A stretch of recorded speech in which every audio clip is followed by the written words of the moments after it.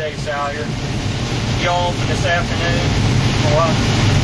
Till 5? Okay, well, I'm shelling this plot for the church, and I wanted to make sure I had somewhere to go with it. All righty. Okay, thank you, sir. Bye.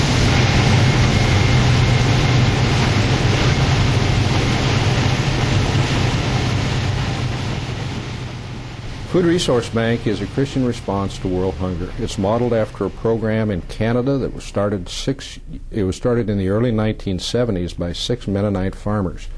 Surrounded by abundance, surrounded by low prices, heard at that time there were over 925 million hungry people and said, we're going to do something. So they carved out a section of their land, they dedicated it to the Lord, and they grew a crop, wheat or barley. Some of it they moved to a port city, others they monetized, and then they made that money available to feed hungry people around the world. Well, the denomination saw it work so well in Canada, the question became, why don't we try to do that here in the United States? And that's basically what we're about.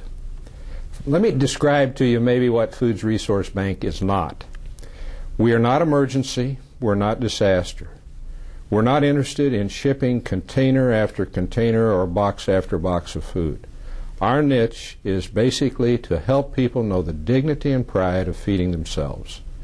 So it's food security programs, sustainable agriculture programs that involve seed, tools, fertilizer, composting, drip irrigation, water conservation, animals, whatever we can do to get people back on the road to self-sufficiency of feeding their own families and then having enough to sell so that they can generate cash for their families. We do it in a community action program that gets involved a lot of people in a community. It starts with land, and we get the annual use of a piece of land from a lot of sources. We engage farmers to farm it. So farmers are donating their equipment and they're donating their time, and we can cover their out-of-the-pocket cost. We go to agriculture business, and we ask for good prices. Many times we get donations of seed, of fertilizer, and chemicals. We want to get urban people involved, and so we ask city folks to back a project to the tune of $100 an acre to cover those costs that aren't donated. And then we grow a crop, corn, wheat, soybeans, hay, whatever, sell it here in the United States so we don't have to pay the expensive transportation to the foreign country.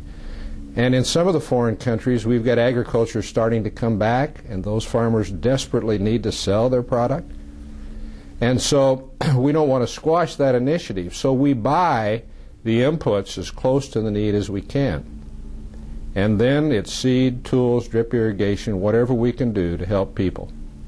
Those programs in the third world countries are implemented by the 11 mainline Christian denominations that are currently our members. And so they do the implementation through their indigenous partners. And so it's through community action. We raise resources in the United States.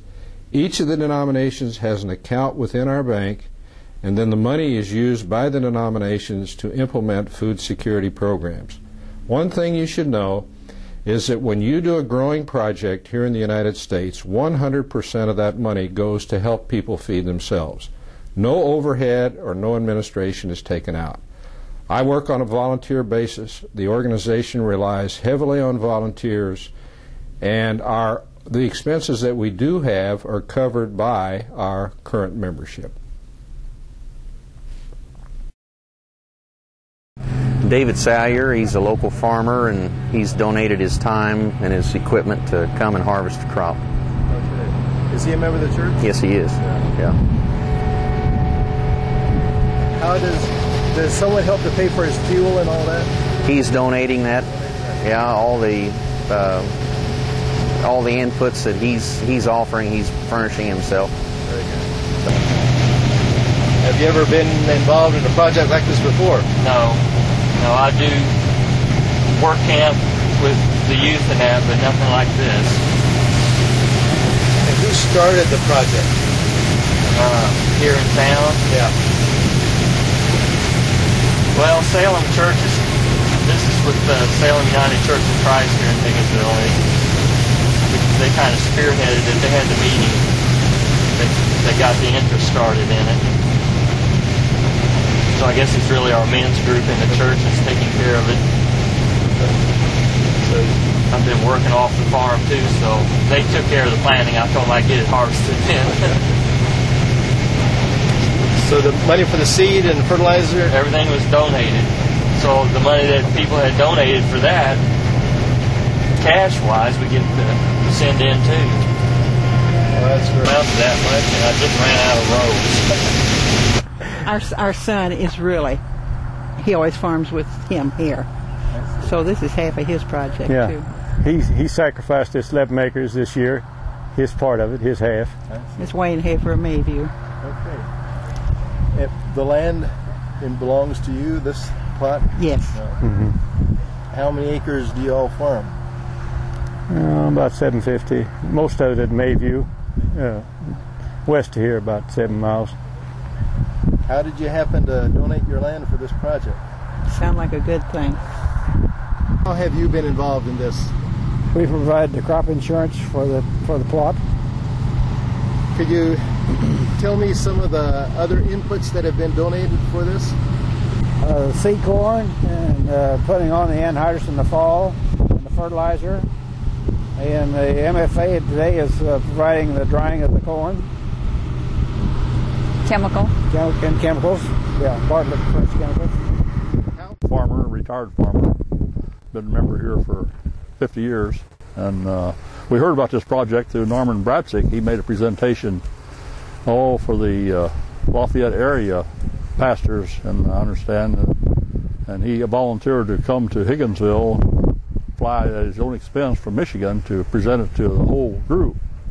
And that's where we got started. And our men's group, we just got organized this last year, and at our first meeting we decided that would be our project. And Mr. and Ms. Hafer were gracious enough to donate 11 acres that they own here, and we went from there, and it was a great thing. We took a trip last year, and we had the opportunity to go past the Field of Dreams, where they had the baseball field made.